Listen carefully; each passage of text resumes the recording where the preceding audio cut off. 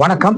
Jagadish Palaniswami, John Arokiasamy, Vishnu Reddy மற்றும் வெங்கட்ரமணா இந்த 4 பேரையும் தமிழ்நாடு முதலமைச்சர் விஜய் அவர்கள் தன்னுடைய செயலர்களாக பல்வேறு தளங்கள்ல பணியாற்றும்படி புதுசாக ஒரு அரசாங்க நியமனம் பண்ணியிருக்காரு அப்படிங்கிறத பார்க்கிறோம்.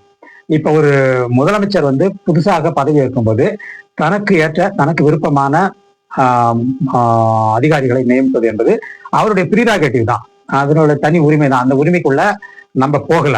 ஆனால் அதே சமயம் ஒரு அரசாங்க மக்களுடைய வரி பணத்திலிருந்து அப்பாயிண்ட் பண்ணப்பட்டு அதிகாரியாக செயல்பட போகிறவர் யார், அவருக்கும் அந்த முதல்வருக்கும் உள்ள தொடர்பு என்ன, அந்த அப்பாயிண்ட் பண்ணப்படுறவங்களுக்கும் தமிழ்நாட்டு மக்களுக்குமான ஏதாவது ஒரு ரிலேஷன் இருக்குதா, இப்படிங்கிறது எல்லாமே பார்க்கணும். வழக்கமா என்ன பண்ணுவாங்க, இந்த மாதிரி தனி செயலாளர் அப்பாயிண்ட் பண்ணும்போது எக்ஸிஸ்டிங் பூல் ஆஃப் ஐஏஎஸ் ஆபீசர்ஸ்லயே அவங்களுக்கு தேவையான ஆட்களை எடுத்துக்குவாங்க அப்படிங்கிறத பாக்குறோம்.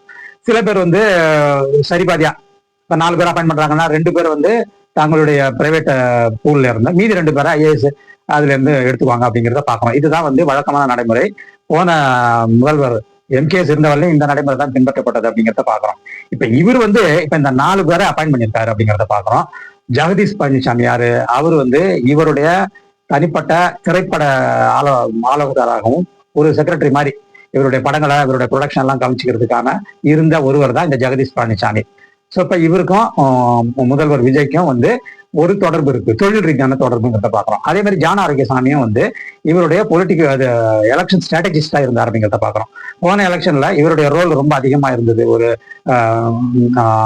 ஸ்ட்ராட்டஜிஸ்டா இவருடைய ரோல் ரொம்ப ரொம்ப நமக்கு கண்ணுக்கு தெரியுதா இருந்தது. இவருக்கும் ஜோசப் விஜய்க்கும் உள்ள உறவு எல்லாருக்குமே தமிழ்நாடு மக்களுக்கே தெரிஞ்ச ஒரு விஷயமா இருக்கு அப்படிங்கிறத பார்க்கணும். அப்புறம் விஷ்ணு ரெட்டி, இவர் யாருன்னா ஆந்திராவில் உள்ள மிகப்பெரிய ஒரு பிசினஸ் பேரன். அவர் ஈடியால் வழக்குக்கு உட்படுத்தப்பட்டவர் அப்படிங்கிறதையும் பார்க்கிறோம். நம்ம இந்த கிரானைட் அதிபர், அவர் மிகப்பெரிய அதிபர். அவரு இப்ப விஜயோட இந்த பதவியேற்புல இருந்து பார்த்தோம்னா எல்லா மீட்டிங்லயும் அவரும் கூடவே இருக்காரு அப்படிங்கிறத பாக்குறோம். ஸோ இப்ப அவருக்கு உள்ள உறவு என்ன அப்படிங்கிறது. அதுக்கப்புறம் வெங்கட்ரமணா, இவர் யாருன்னா இவர் தான் ஜனநாயகம் படத்தினுடைய ப்ரொடியூசர். ஸோ இவர் கர்நாடகாவை சேர்ந்தவர். இவருக்கும் முதலமைச்சர் விஜய்க்கும் உள்ள ஒரே உறவு என்னன்னா, இவருடைய படத்துக்கு அவர் ப்ரொடியூசரா இருந்திருக்காரு. அதான் அந்த படம் சரியான முறையில் ரிலீஸ் ஆகல. அது மிக நஷ்டத்துக்கு உட்படுத்தப்பட்டது அப்படிங்கிறத பார்க்கும். ஓகே, இப்ப இந்த 4 பேருடைய அப்பாயின்மெண்ட் தான் சர்ச்சைக்கு உரியதா இருக்கு.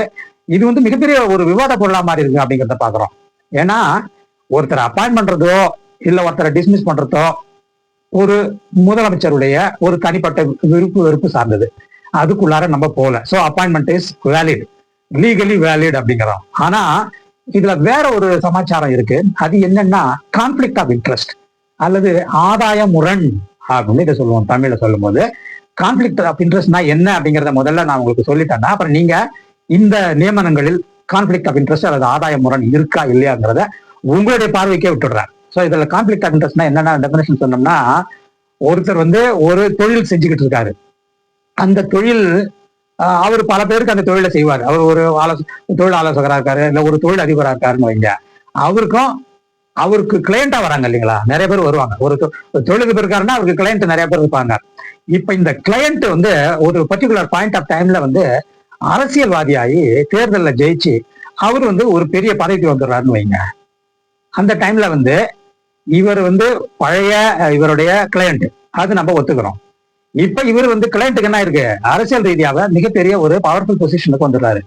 ஸோ அந்த பவரை யூஸ் பண்ணி அப்பாயிண்ட் பண்ணப்பட்டா இந்த தொழிலதிபரையே தனக்கு ஆலோசகராகவும் இல்ல தனது அரசாங்கத்துல ஒரு அங்கமாகவும் மக்களுடைய வரி பணத்துல அப்பாயிண்ட் பண்ணப்படும் போதுதான் இது விமர்சனத்துக்கு உட்படுத்தப்பட வேண்டும் அல்லது இது விமர்சிக்கப்பட வேண்டும். அது இப்ப இந்த அப்பாயின்மெண்ட் மூலமாக இந்த பழைய தொழிலதிபர் இருக்காருங்களா, அவருக்கு ஏதாவது லாபம் ஏற்படுமா இந்த அப்பாயின்மெண்ட் மூலம், இந்த பவர்ஃபுல் போஸ்ட் மூலம், இந்த பவர்ஃபுல் பர்சன் மூலம் இந்த தொழிலதிபருக்கு ஏதாவது லாபம் கிடைக்குமா, இல்ல அன்டியூ கெயின் ஏதாவது வருமா அப்படிங்கறது எல்லாமே சேர்ந்துதான் இந்த கான்ஃபிளிக்ட் ஆஃப் இன்ட்ரெஸ்ட்டை நம்ம டிஃபைன் பண்றோம்.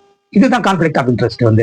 2 பேருமே முன்ன பின்ன சம்பந்தம் கிடையாது, 2 பேருடைய தொழிலும் வேற வேறையா இருக்கு, 2 பேரும் எந்த வகையிலையும் ஒன்று சேரல அப்படின்றதா அந்த மாதிரி ஒரு அப்பாயின்மெண்ட்டை நம்ம கொஸ்டின் பண்ண மாட்டோம். ஆனா இதுல இந்த முதல்வர் ஜோசப்புக்கு இவங்க எல்லாமே ஒரு வகையில ஆலோசகராக இருந்திருக்கிறாங்க, தொழில் பண்ணியிருக்காங்க. முதல்வர் விஜயோட சேர்ந்து ஏதோ ஒரு தொழில் பண்ணியிருக்கிறாங்க.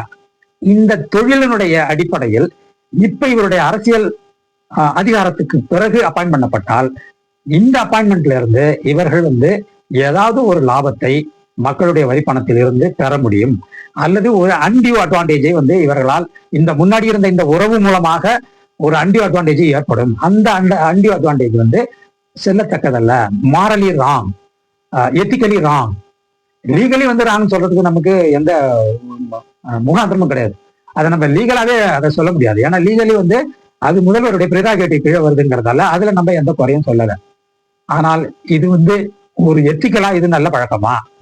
தனக்கு கூடவே இருந்த இந்த 4 பேரு, இதுல வந்து ஜெகதீஷ் பழனிசாமி ரூட் மாஃபியா அப்படிங்கிற ஒரு பெரிய நிறுவனத்தை வச்சு விஜயனுடைய எதிரிகளை எல்லாருமே சின்ன பின்னமாக்குனவரு, அவங்களெல்லாம் தொழில்துறை ரீதியாக விரட்டி அடிச்சவரு, அவங்களுக்கு நஷ்டத்தை உண்டு பண்ணவரு, அவங்க நஷ்டத்திற்கு ஈடாக விஜய்க்கு லாபத்தை ஏற்படுத்தினவர் இந்த ஜெகதீஷ் பழனிசாமிங்கிறத பாக்குறோம். பிரைவேட் செக்ரட்டரியாகவும் இருந்திருக்காரு, இவருடைய சினிமா சம்பந்தமான அந்த செக்ரட்டரியாகவும் இருந்து இவர் செயல்பட்டிருக்காரு அப்படிங்கிறத பாக்குறோம்.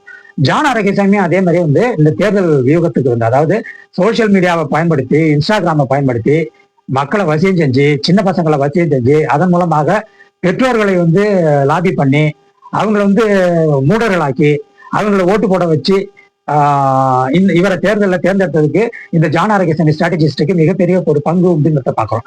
ஆக ஜான் ஆரோக்கியசாமிக்கும் முதல்வர் விஜய்க்குமே வந்து அந்த உறவு நேரடியான உறவு அப்படிங்கிறதுல எந்த சந்தேகமும் நமக்கு கிடையாது அப்படிங்கிறதையும் பார்க்கிறோம். அதே மாதிரி விஷ்ணு ரெட்டி வந்து இந்த பதவியேற்ற நாள்ல இருந்து, கவர்னர் போன நாள்ல இருந்து பார்க்கிறோம், அவர் வந்து தொடர்ந்து விஜயோட இருக்காரு. ஸோ இப்போ இந்த குதிரை பேரத்துக்கு இவருடைய உதவி ஏதோ ஒரு வகையில வந்து விஜய்க்கு பயன்பட்டதாக நமக்கு உறுதிப்படாத தகவல்கள் தெரிவிக்கின்றன.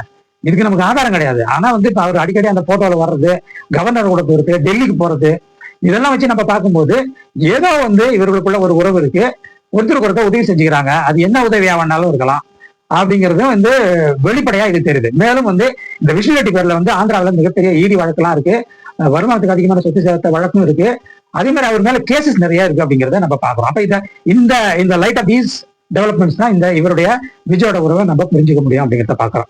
கடைசியா வந்து இந்த கேவின் ப்ரொடியூசர் வந்து கே வெங்கட்ரமணாவுடைய அந்த அவருடைய ரோல் வந்து நமக்கு முக்கியம். ஏன்னா இந்த ஜனநாயகம் படம் வந்து ஆரம்பிச்சதுலேருந்து பிரச்சனை, அது ஒழுங்கா ரிலீஸ் ஆக முடியல, அதனால பணம் போட்டவருக்கு ஒரு இழப்பு இருக்கு.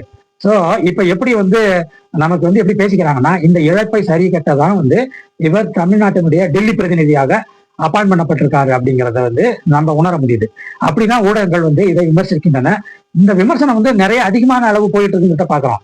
இது கான்ட்ரவர்சியானது, இந்த 4 பேருடைய அப்பாயின்மெண்ட்டும் கான்ட்ரவர்சியானதும் கான்ஃபிளிக்ட் ஆஃப் இன்ட்ரெஸ்ட், அதாவது ஆதாய முரண் இதுல இருக்கிறதுனாலையும் இதை நம்ம விமர்சிச்சுதான் ஆகணும். இது வந்து விமர்சனத்துக்கு உட்படுத்தப்பட வேண்டும்.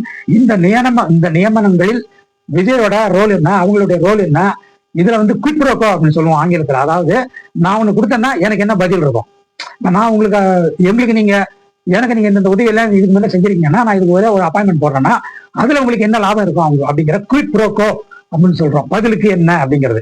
இதெல்லாமே சேர்ந்துதான் நம்ம இந்த நியமனங்களை கேள்விக்குள்ளாக்குகிறோம். இது ஒரு மிக ஆபத்தான போக்குங்கிறத நம்ம இந்த நேரத்தில் சொல்லிக்கொள்ள விரும்புகிற கருத்தாகும். இதனுடைய தொடர்ச்சியாக அல்லது ஒரு சில நாட்களில் வந்து இந்த கே வெங்கட்ரமணாவுடைய அப்பாயின்மெண்ட் வந்து டெல்லி பிரதிநிதியா இருக்கிறது எவ்வளவு ஆபத்தானதுங்கிறத பத்தி இன்னொரு வீடியோ நம்ம போடுவோம். உங்களுடைய தொடர் ஆதரவுக்கு நன்றி. தொடர்ந்து ஆதரவு கொடுங்க. நீங்க ஆதரவு கொடுக்கும்போது தான் எனக்கு இன்னும் நல்ல நல்ல வீடியோக்களை போட முடியும். கமெண்ட் பண்ணுங்க, ஷேர் பண்ணுங்க, லைக் பண்ணுங்க. அடுத்த வீடியோவில் சந்திப்போம். நன்றி, வணக்கம்.